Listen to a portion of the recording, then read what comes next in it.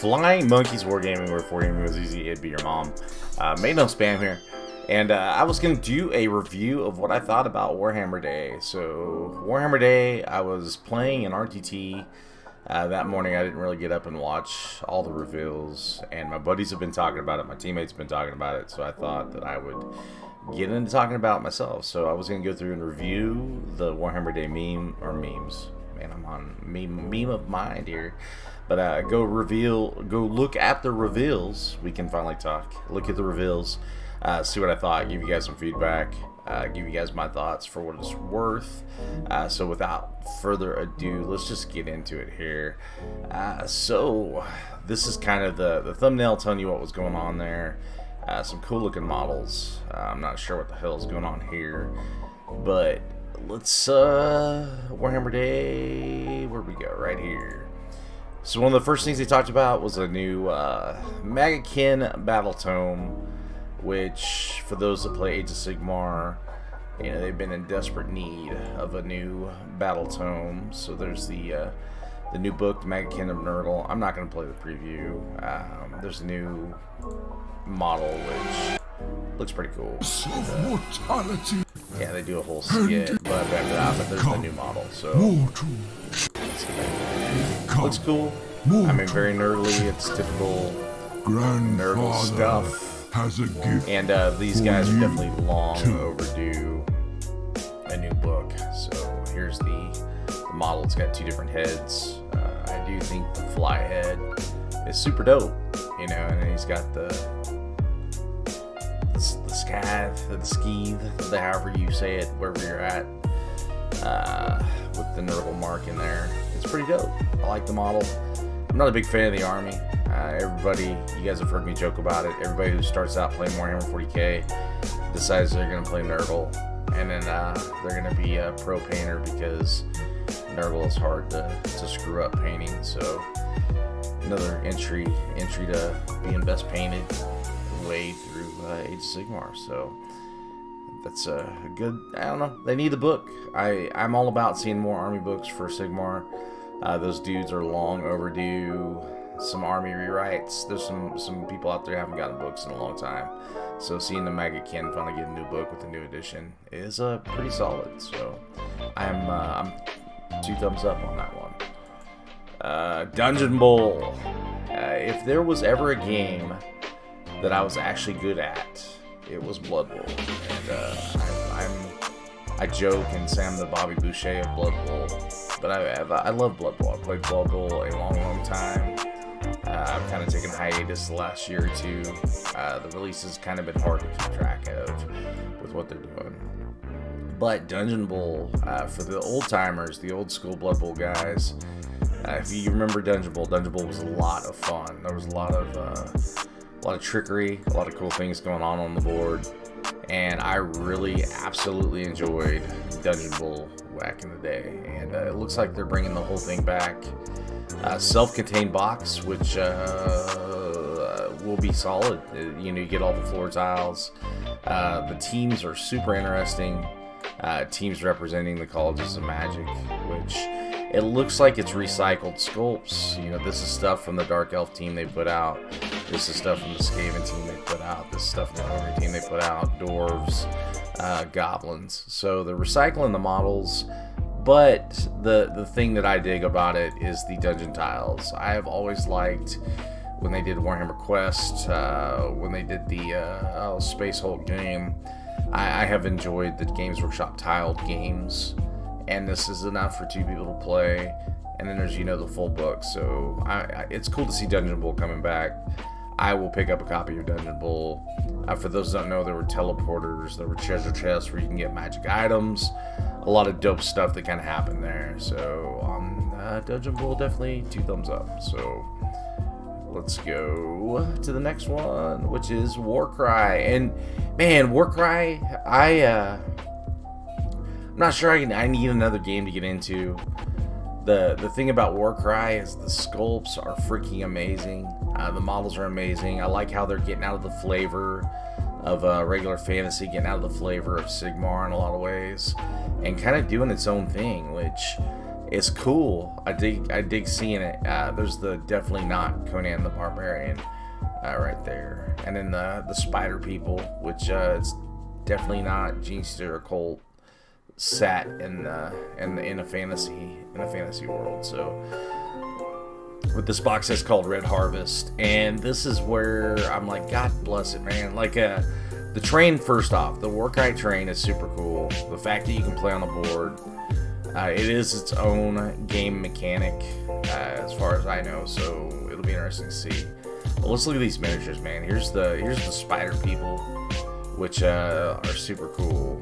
These sculpts are amazing. I do think there's a little bit of paint job fuckery that makes them look better than you might think they are. So hopefully you can pull off a paint job like this. But yeah, those guys are baller.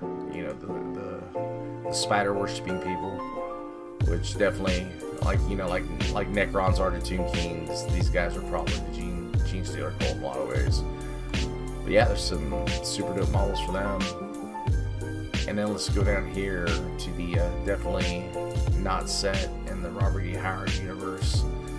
Just some barbarian looking guys, and I love these sculpts. You know, I'm a fan of, you guys know, like the Space Wolves, the Vikings, the Norse, the barbarians. That's my jam. I love that kind of stuff, and I love these guys. Like this guy here especially, super cool. This guy carrying the elf heads. Looks tough as nails. I'm not sure about this neck thing going on here. That's a cool skull. I like it. An old witch, maybe. I don't know what they're calling it, but I love that. I love that skull. That's cool. This guy, definitely not Wolverine. The It's Ma'am Red Sonja. That guy's cool. He's got a Cyclops skull hanging off of him. And then this is either Glenn Danzig or Conan the Barbarian. You decide. But I'm tempted to buy the whole damn box for this freaking model because I love this model, and I would try and find a way to play him in Age of Sigmar because I freaking dig it. She's cool. She's dope. And then we're back where we begin. So that's the new models out of Warcry. The thing I do want to mention, I don't know if I really said it, is the terrain in Warcry. The terrain is always solid. Like the first box set had some super cool terrain. This box set looks to have also the same super cool terrain.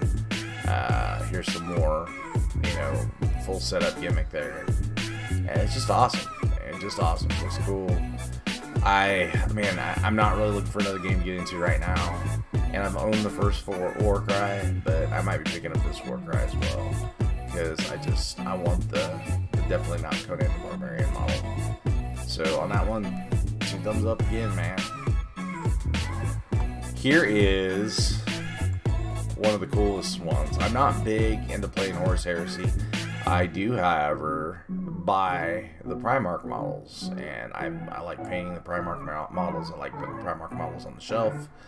And here, I think, is the last of the Primarks they had to put out in Jagatai Khan.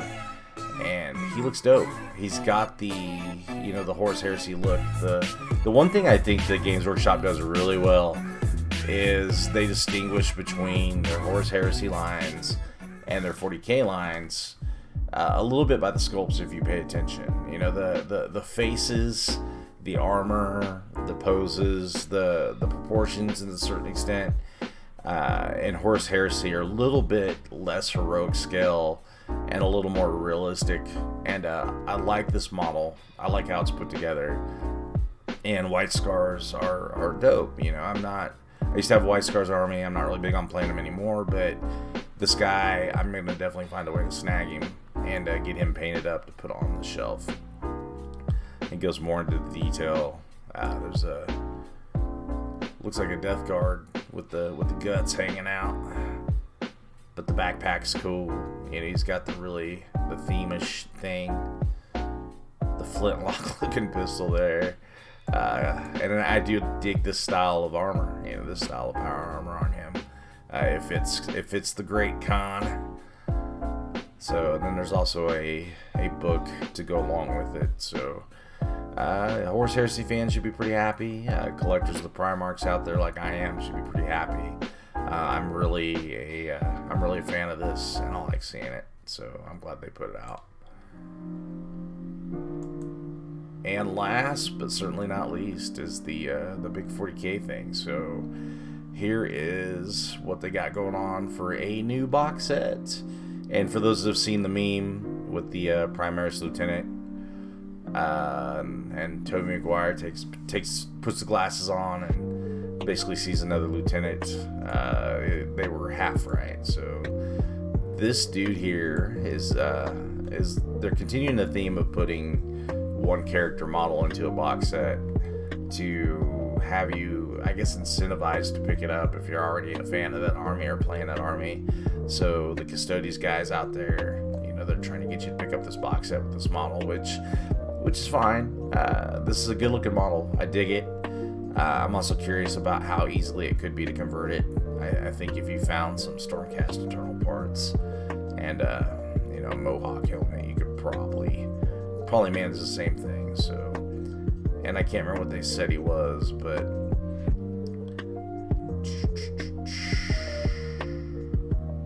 then we'll go to this, the more Genestealer Cult, which I like this.